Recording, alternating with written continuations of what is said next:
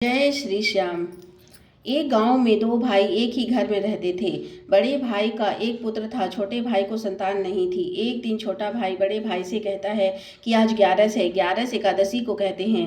खाटू श्याम बाबा के दरबार में ग्यारस की बहुत महिमा है। मैं खाटू श्याम बाबा के दरबार में मन्नत मांगने जाना चाहता हूँ।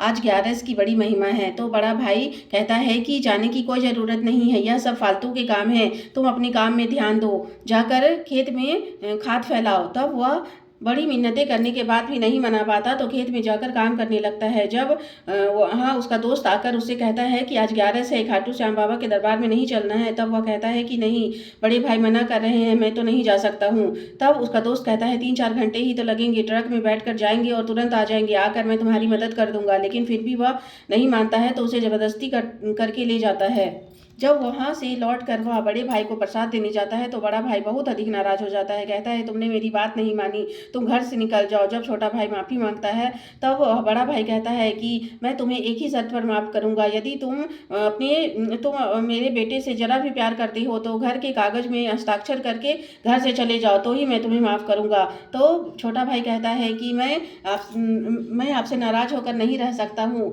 मैं आपकी नाराज़गी दूर करने के लिए किसी भी कागज़ में हस्ताक्षर कर सकता हूँ।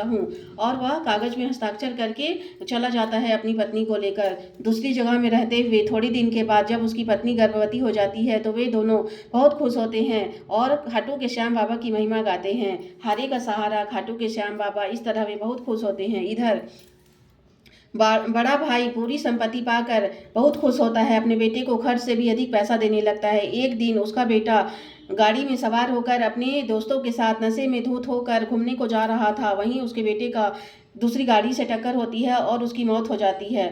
नियत साफ रखो, कर्म अच्छे करो, नहीं तो उसका खामियाजा भुगतना ही पड़ता है। हारे का सहारा खाटू के श्याम बाबा।